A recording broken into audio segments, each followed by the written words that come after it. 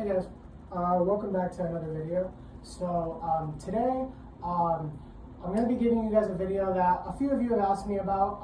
I get a lot of questions online and in person sometimes on how I got started with my journey that I'm on. So in this video, I'm going to make this as unfiltered as possible. I don't want to do too much editing on this. I might just put a couple inserts in, but I want to make this as genuine as possible and basically just tell you guys about my journey so far and how I've gotten to the point that I've gotten to. So I'm going to start with the beginning. So I started training martial arts with my brother when we were about, I don't exactly remember, but we were around 5 to 6 years old. It was around 2011, 2012 when we first started doing martial arts. My parents actually signed us up. My mom actually signed us up because I was getting bullied a little bit in school and stuff, and my parents wanted me to be able to learn something to help give me some self-defense and be able to defend myself if I ever needed to. So they wanted to put me in jiu-jitsu and a little bit of Muay Thai as well. So me and my brother started off at Extreme Couture Toronto in Etobicoke. Started off mainly with jiu-jitsu and Muay Thai, but mostly stuck with jiu-jitsu. I competed a lot in jiu-jitsu throughout the years, both in gi and no gi, under my instructors at a bunch of instructors at the time at Extreme Couture throughout my kids' journey, and then throughout when I was a teenager, including like Paul McGrath, Stu Urch, Wagner Fabiano, just to name a few. In that time period when I was a kid, I went from white belt all the way up to green belt in the gi and competed in a lot of tournaments, and I did well in these tournaments. I won a few tournaments, lost a few tournaments here and there. When I was a little younger, it was hard for me because I was a lot smaller than the guys in my division because I was a little heavier at the time. I was a little bit of a chunkier kid when I was younger. So it was a little difficult in like when I was a little younger, but then once I got older, I kind of developed a little more into my body at the time. I was a little chubby, but I was a teenager. And I did a little better in tournaments once I got to about 15, 16 years old, won a couple tournaments at green belt and stuff. That was around the time when I was 16, 17 years old when I started to actually transition into football. When I kind of got into high school, I started playing football in grade 9. Not first, I wasn't really that good at football. Like, I was just kind of getting into it. I didn't really know what I was doing, so I was kind of doing football with a mix of jiu-jitsu, so kind of competing in there.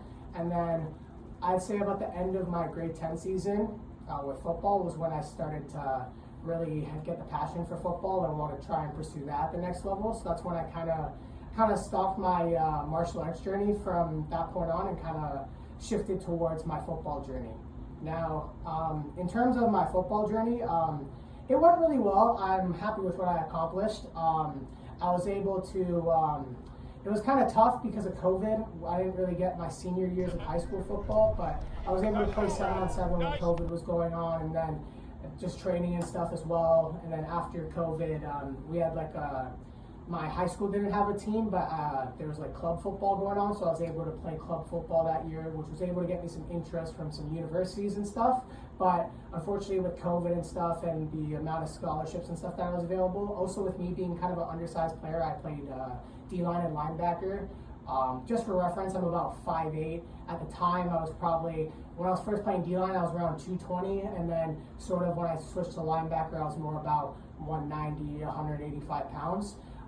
So I was kind of undersized for either position, so that was kind of tough as well. But also with like the amount of scholarships during COVID and stuff, kind of made it limited to my opportunities. So at the time, there wasn't really any opportunities for me to take 5th years of high school anywhere to try and earn a scholarship the next year. So I decided to take the CJFL pathway. I spent a year with the St. Clair College Saints up in Windsor, Ontario. Had a fun experience there. Was able to play a lot my first year, play a decent amount for a freshman. We ended up winning the OFC championship that year, going undefeated in the regular season. That was a lot of fun being a part of a undefeated team. It kind of really built that championship culture and really showed what it was like to be on like a championship winning team and have that championship winning mindset. So that was definitely a great experience. After that, I got some university offers from there. It was kind of my recruiting process. It was a little late into the recruiting process, but I was able to get some offers from U Windsor offered me at the time, York University, and SMU. At the time I decided to commit to York University, I wanted to stay close to home, and I wanted to try and play my first year as well in university and be a contributing starter, and York at the time gave me the best opportunity to do that.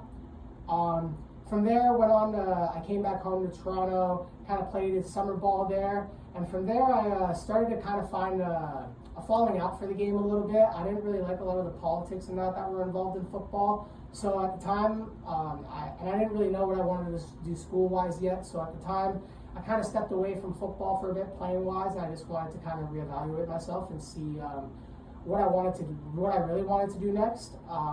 So like at first, I started coaching high school football. Actually, I went back to my old high school and started coaching there, being the defensive coordinator and linebacker coach. As well, during this time, I started getting back into jiu-jitsu. I started competing in some tournaments and stuff, starting to get the groove back into martial arts. I guess camera cut out there. But so I started getting back into competing in jiu-jitsu from there, and I won a good amount of tournaments and stuff, and I was feeling confident getting back into jiu-jitsu and stuff. And I was thinking about actually coming back to football. That was my original plan, was I was just competing in jiu-jitsu for fun, and then I was going to go back to football that following fall, which was 2024. And then that summer, I actually did a super fight it was my first jiu-jitsu super fight up in Hamilton. It was for this little promotion up in Hamilton. It's some middle of nowhere. Ended up facing this guy, and I told myself before the match that if I did really well and I really enjoyed it, I was probably going to be done with football and I was going to try and pursue jiu-jitsu and MMA full time. And then if it didn't go my way, then whatever, we would just continue on the football journey we were on. The day ended up coming. I ended up winning my first round rear naked choke. It was literally in the first minute of the match. I took him down, got to side control, took his back and submitted him with a rear naked choke. The feeling I got after that win was, it was a feeling not like I've had before, and that was something I wanted to feel more. And from then on, I honestly knew that was going to be the path that I took. So from then on, I kind of started to look for an MMA gym that I wanted to train out of. That fall, I kind of had some hard times kind of finding that. I was training a little bit at 10th Planet Etobicoke, which was a really good gym as well. Had a lot of great training partners. Competed in a couple jiu-jitsu tournaments under them, won some tournaments there, had a little kickboxing smoker as well. Also did my first pancration fight with them. Unfortunately, that didn't go my way.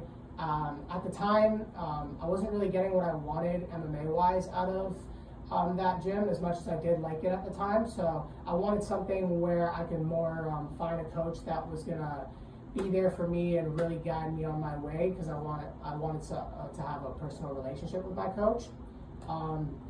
So that's when in January of that year I met my coach now, Connor Rideout, here at One-to-One MMA out of the East End. I originally met Connor through my boy Javon, who I used to play football with at Etobicoke Eagles. He kind of started training at the gym earlier that summer and was training there throughout the fall and stuff. So I reached out to him to see what the gym was like and that, and he told me to come out, and I met Connor and Yaz, his wife, who also is a coach at the gym, and everybody else. And I loved the vibe that they gave off. It was a great community of guys, and a bunch of like-minded guys, especially, who wanted to get better and wanted to try and chase this fighting thing serious. And it was a great group that I wanted to surround myself with. So that's why that January I decided to join here full time, and I've been here since January, and I've been able to accomplish a lot since I've been here. First off, I've competed in a lot of jiu-jitsu tournaments throughout 2025. To start, I won, I think, 2 tournaments back to back, and then after that, I took my first actual MMA fight down in the States. It was in Schenectady, New York, for Cage Wars. It was a promotion that my coach used to fight on. It was going to be a big opportunity. It was a big opportunity for me, and I was really excited for it. My first official MMA fight, because my first one didn't really count because it was under a pancration rule set. And I trained really hard for the fight, had a really good training camp. All my coaches and my training partners did everything they can to help me get ready for the fight. I also had one of my other teammates on the card, so it was good to do the training camp with him as well. The fight was at featherweight. Fight went really well, made weight at 144.2 pounds. Everything went well. I felt great going into it. Unfortunately though, I ended up coming up with a split decision loss. It's not what I expected. I honestly thought I won the fight. I kept it on the ground for most of the fight, dominated the wrestling position, dominated the overall control time. Obviously, there was little mistakes out of the red corner. I wish I could have had back.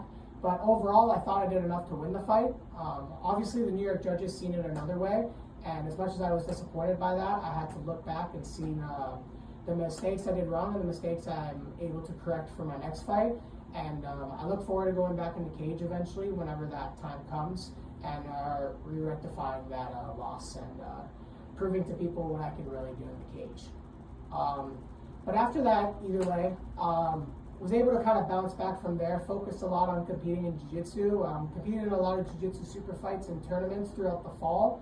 I was actually able to pick up these two belts here. So this was for my Global Combat super fight in September that I won by rear naked choke. And this one was actually from the first Showcase super fights. I won this one. It was an ADCC rule set match. I won by points. So these were two matches that I was really proud of that year. I also had two other super fights that I went on to win in October and November. And then also had some tournaments in between there, placed at the Ontario Open, as well as a few other tournaments. From then on, that December, I was supposed to compete on Nogi Worlds in the blue belt division. Unfortunately, I ended up injuring my elbow at the time. I injured it actually in wrestling practice. My arm kind of got caught up in between somebody's arm really weird, and it kind of twisted up weird and caused it to fracture. I had it was called an avulsion elbow fracture, and it's about still dealing with it now. It's been about a month since it happened. So unfortunately, I wasn't able to compete in Nogi Worlds, but I was able to go down and watch what the tournament was like and experience it. So as much as it was a bummer that I wasn't able to compete, it was good to go down there and still see what the competition was like and see what to expect for next year when I try and go down there again. So yeah, and now we're here. So just kind of a way to wrap up this video. As much as 2025, there was its ups and downs, and there was a lot of things that I wanted to go my way, which didn't. I'm grateful for all the experiences, and all the experiences and the things I got to experience throughout 2025. I got a lot of opportunities that I never would have expected at the beginning of that year. And I'm grateful to be able to have this team around me that supports me a lot and that gives me everything I need possible to succeed. I can't wait going into this year of 2026. I have a lot of things planned. I want to win a lot of big tournaments. I want the best matchups. I want to beat the best guys. And I want to continue to dominate the way I know I can and keep raising that level of greatness that I want to achieve. And I'm excited to take you guys along this journey. I hope this video kind of helped you guys learn a little bit about myself. Obviously, if you guys have any questions, please leave them in the comments down below. And thank you guys for watching this video. Please follow me on all social media platforms. At Michael Gomes 416 on all platforms: Instagram, TikTok, YouTube, Snapchat, whatever. I'm on there. And yeah, follow me on this journey.